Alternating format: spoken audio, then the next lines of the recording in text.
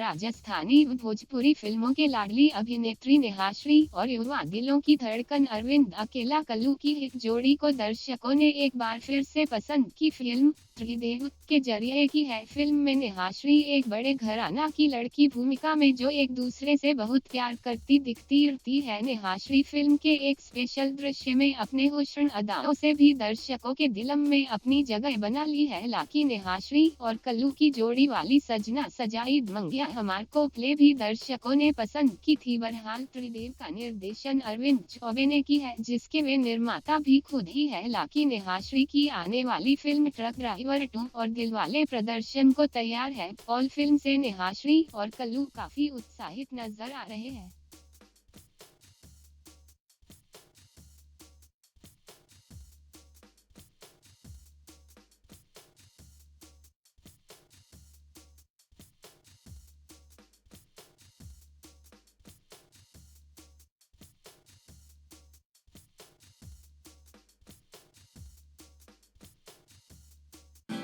Bhojpuri industry की चटपटी खबरों के लिए सब्सक्राइब करें भोजपुरी मीडिया।